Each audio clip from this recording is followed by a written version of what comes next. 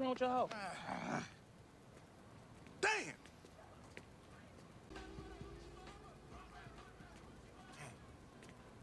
What's wrong with your hoe? Damn!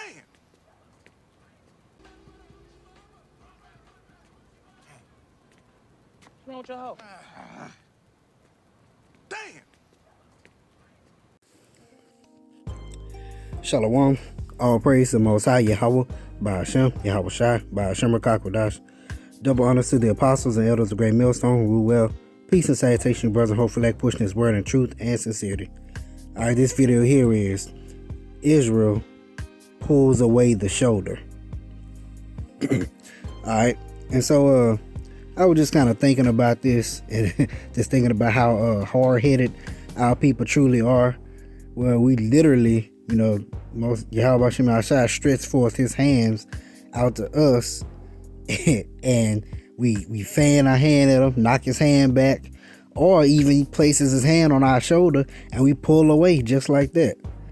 All right, and it just shows you how like He truly calls a stiff-necked people, just basically hard-headed, and and it seems like that's the nature of our people as a whole. We just hard-headed and stiff-necked and stubborn. All right. So I want to just get a couple scriptures on there. It's, nothing too deep or anything like that. Just a thought that I want to put a visual to how it really looks when you pull your shoulder aggressively away from someone. All right, and this is how we literally treat our power who has been taking care of us all these time. All right.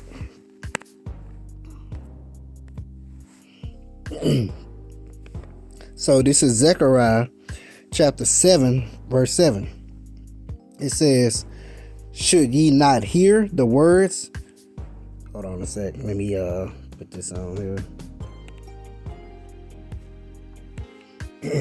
Alright, it says, should ye not hear the words which the Lord hath cried by the former prophets, when Jerusalem was inhabited and in prosperity, and the cities thereof round about her, when men inhabited the south and the plain? Question mark. Alright. And it says, hath cried by the former prophets. And what did the former prophets always say? Let's get this in Jeremiah 28:8 real quick. This is what the former prophets cried out. It says, the prophets that have been before me and before thee of old prophesied both against many countries and against great kingdoms, of war and of evil and of pestilence. So when the prophets came on the scene, they were literally prophesying against these countries, against these kingdoms. Let you know that war was coming. Let you know evil was coming. Let you know pestilence was coming. Let you know the words of Yahweh Ba'ashem Yahweh Shai. That's the word. That's what the job of the prophets are. The prophets are the mouthpiece of Yahweh Ba'ashem Yahweh Shai. That's simple. And that's what they came on the scene to do, because at the end of the day, Yahweh Ba'ashem Yahweh Shai wants the kingdom as much as we want the Salakia. They want the kingdom even more. Yahweh Shai wants the kingdom of heaven even more than us. The Most High Power Yahweh wants the kingdom of heaven to be established in the earth more than us. Once again, we can't hasten above Him. Okay? I just wanted to point that out there too. But back in Zechariah 7, I'm picking up verse 8. And the word of the Lord came unto Zechariah, saying, thus speaketh the Lord of hosts, saying, execute true judgment, and show mercy and compassions every man to his brother, and oppress not the widow, nor the fatherless, the stranger, nor the poor, and let none of you imagine evil against his brother in your heart. Okay? That's how we need to be towards each other. But they refused to hearken, and pulled away the shoulder, and stopped their ears, that they should not hear. All right, it say they refused to hearken, they refused to listen. All right, and it says they pulled away their shoulder, like you see in the open video. yanked their shoulder away. Then it says they stopped their ears. So they literally took their hands and covered up their ears so they can't even hear. That's how hard-headed and stiff-necked our people are. Yea, they made their hearts, their minds, as an adamant stone. Meaning, can't nothing get in, can't nothing get out. It just bounces right off of it. It's just a hard rock. Okay? Lest they should hear the law and the words which the Lord of hosts have sent in his spirit by the former prophets. Therefore came a great wrath from the Lord of hosts. All right, and that's why we're going through what we're going through, because of our sins, our transgressions. All right, because we didn't listen to the prophets, which are the mouthpiece of Yahweh Shem Shai. All right, let me grab this here.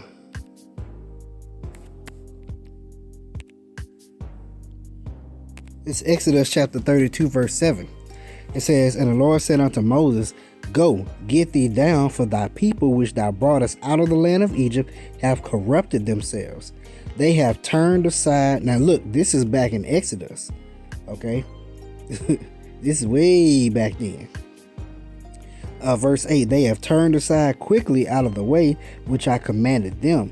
They have made them a molten calf and have worshipped it, and have sacrificed thereunto, and said, These be thy gods, or thy powers, O Israel, which have brought thee up out of the land of Egypt. Now, how disrespectful to our power is that? We literally witnessed him and watched him do all the miracles in Egypt, do all the plagues, parting the Red Sea, drowning Pharaoh's army, all those different things, to come and literally say and just make some gods out of nothing and say, hey, these are the ones that brought us out of the land of Egypt. After we literally watched what Yahweh Shem Shai did. Come on now. Total disrespect. All right. Verse 9. This is why the more and more you read, the more and more you read about our history, the more and more you can clearly see why we suffered the way we suffered. Because, a lot of people out in the world, especially Israel, feel like we were unjustly, done, with the transatlantic slave trade and what we were experiencing here in Babylon the Great. But no, actually, we deserve worse than what we got. All right. Verse 9, And the Lord said unto Moses, Behold, Salakia, I have seen this people, and behold, it is a stiff-necked people. And only a stiff-necked people would do something like that.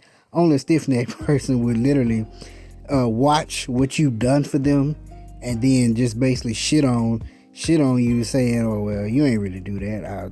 Whatever I say did it. It was retarded. Now, therefore, let me alone. This is the Lord speaking.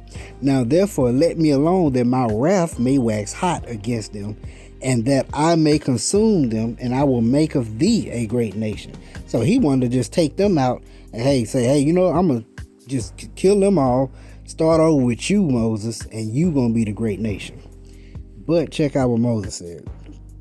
And Moses besought the Lord his power and said, O Yahweh, why doeth thy wrath wax hot against thy people, which thou hast brought forth out of the land of Egypt with great power and with a mighty hand? Wherefore should the Egyptians speak and say, For mischief did he bring them out, to slay them in the mountains, and to consume them from the face of the earth? Turn from thy fierce wrath, and repent of this evil against thy people. Remember Abraham, Isaac, and Israel, thy servants, to whom thou swearest by thine own self, and saidest unto them, I will multiply your seed as the stars of heaven, and as the land, and it's like in all this land that I have spoken of will I give unto your seed, and they shall inherit it forever. And the Lord repented of the evil which he thought to do unto his people. Okay, so Moses literally interceded on behalf of our people. Okay, because once again, he wanted to just destroy us and start over with Moses, saying, you know what, kill all them off. Moses, I'm gonna give you a wife, and you gonna start bringing back the nation, start over. But Once again, he reminded him of the promises or that covenant. And see, this is why Yahweh Shemashah won't break his covenant. He won't break his covenant as we broke it. Okay? So let's get this here. It's Proverbs chapter 1, verse 24. Because I have called and ye refused. I have stretched out my hand and no man regarded it. So Lord standing there with his hand stretched out, ain't even looking at him. You know what I'm saying? They want to continue in Babylon the Great. They want to continue in, continue working jobs, continue being in perpetual debt, continue running on this hamster wheel, continue with a disorder in the family structure. They want to continue in wickedness. All right. But ye have set at naught all my counsel, and with none of my reproof. I also will laugh at your calamity. I will mock when your fear cometh. When your fear cometh as desolation, and your destruction cometh as a whirlwind, when distress and anguish cometh upon you. Then shall they call upon me, but I will not answer. They shall seek me early, but they shall not find me. For that they hated knowledge. And what is knowledge? This truth, this word, the Bible, the scriptures, okay? That which we have been given, and did not choose the fear of the Lord. And what is the fear of the Lord? The keeping of his laws, the keeping of his commandments. All right, the fear of the Lord is reading, getting his word, okay? Wanting to do what's pleasing unto him. All right, and that's true love also. All right, they would none of my counsel, they despised all my reproof. All right, so all the correction, everything that he's done for us, to try to keep us on the right path, keep us separated or holy from the heathen nations, we despise it. Therefore shall they eat the fruit of their own way and be filled with their own devices. This is why we constantly say that the law, statutes, and commandments leads unto life, and everything outside of that leads unto death. So going outside of that, or the fruit of your own way, or trying to fill your own belly, your own lust, be filled with your own devices, is going to consume you. For the turning away of the simple shall slay them, and the prosperity of the fools shall destroy them. They look on the prosperity of the wicked with envy. Okay, the scriptures say, envy not thou oppressor, and choose none of his ways. Okay, don't choose the way of the oppressor, because the way they got, the things that they got, is through wickedness. All right, we're gonna get greater through righteousness. All right. But whoso hearkeneth unto me shall dwell safely, and shall be quiet from fear of evil. Are you going to have that protection? Do you believe? The Lord will protect you. But you can't pull your shoulder away. Let me grab that one more time. Let me grab that one more again.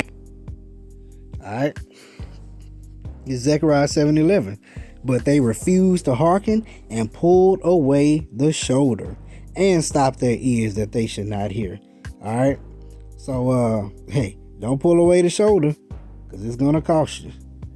All right. So, like I said, it wasn't meant to be nothing too long, too deep, but hope you're edified. So, shalom.